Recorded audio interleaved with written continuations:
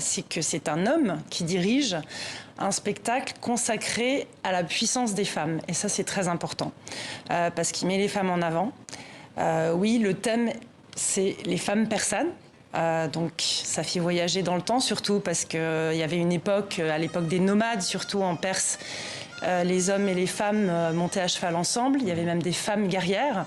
Et ça, c'est important parce qu'il met tout ça en avant dans ce spectacle.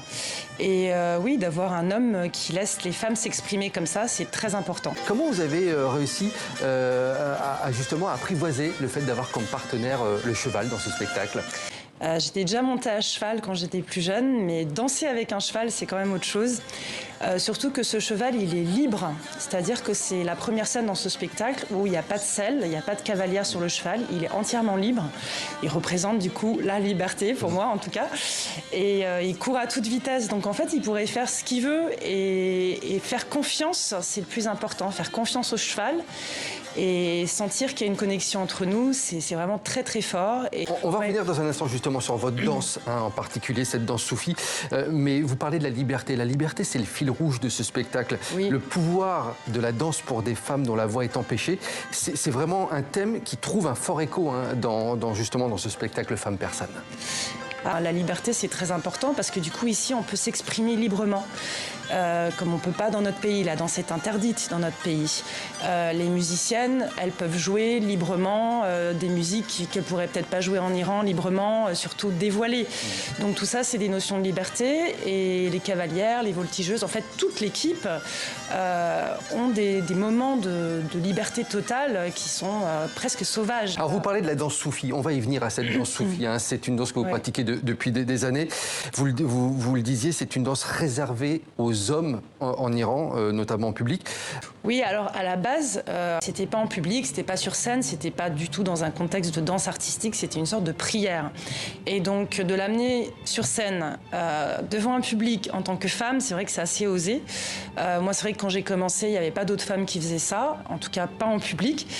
Et, les soufis étaient un peu des rebelles quelque part parce que justement il y avait peut-être des relations entre eux qui étaient homosexuelles, il y avait beaucoup de liberté, il y avait de la danse, de la musique, de la poésie et donc tout ça dans une époque où c'était quand même déjà, les choses étaient déjà très strictes, c'était pour moi des rebelles déjà les soufis. Donc pour moi, ça a beaucoup de sens de prendre cette danse et de l'utiliser justement pour le lâcher-prise et comme symbole de liberté. Et vous dites justement, effectivement, que cette danse, elle est symbolique. Et est-ce que vous sentez, vous qui êtes en exil en France depuis plusieurs années maintenant, est-ce que vous sentez une responsabilité pour porter la voix de ces femmes iraniennes ?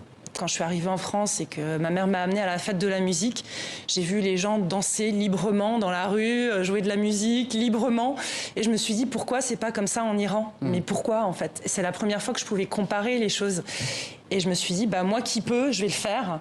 Et d'être une femme iranienne qui danse et qui en fait son métier, rien que ça, c'est engagé.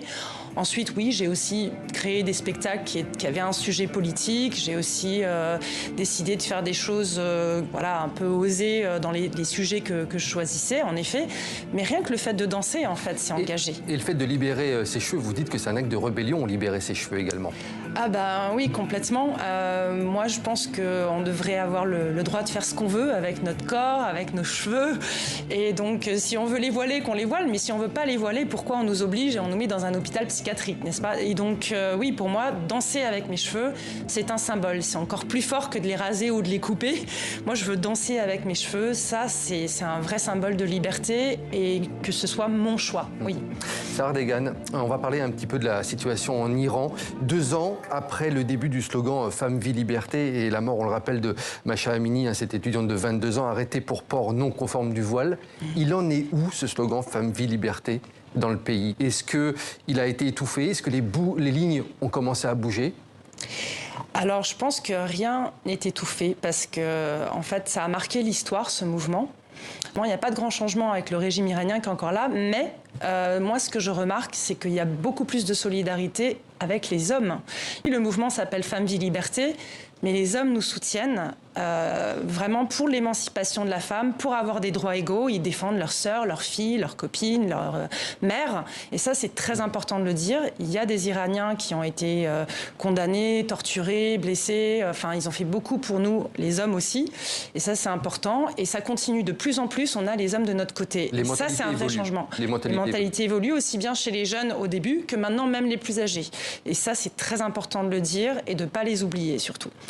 La force du combat des femmes iraniennes, il s'est de nouveau incarné en la personne d'une étudiante qui s'est déshabillée pour protester contre les codes vestimentaires imposés aux femmes dans le pays. C'était il y a quelques jours. Cette image, elle a fait le tour du monde de cette étudiante. Comment vous l'avez perçue? Comment vous l'avez reçue, ce nouveau symbole de femme, vie, liberté? Alors ce nouveau symbole, pour moi, en fait, il est constant chez toutes les jeunes. C'est juste que des fois, ça va un petit peu plus loin. Mais il y a beaucoup de jeunes en Iran aujourd'hui qui font toute forme de résistance. Et ça, c'est très important.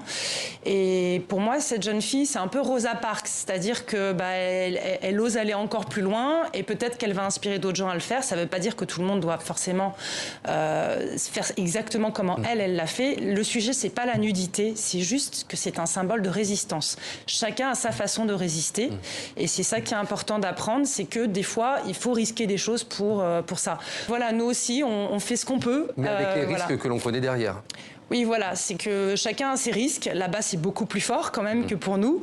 Donc, chacun à son échelle peut faire ce qu'il peut pour résister. Nous, notre rôle à nous, c'est d'être des porte-parole, de parler de ces sujets, de continuer et surtout à travers l'art, d'exprimer ces choses de façon plus profonde, plus forte à travers l'art.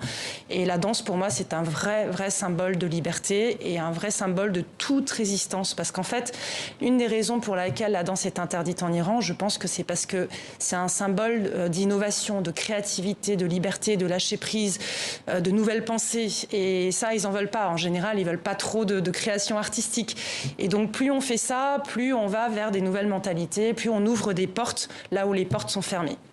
Merci beaucoup, Sahar Degan, pour votre témoignage, un témoignage toujours précieux, effectivement, sur la danse et sur la situation en Iran. Je rappelle que vous êtes à l'affiche de Cabaret de l'exil, Femme Persane, mise en scène par Bart Abbas avec plusieurs représentations exceptionnelles jusqu'au 31 décembre. C'est vraiment une équipe très forte et moi, je les admire tous, mes collègues, donc je suis honorée d'être là.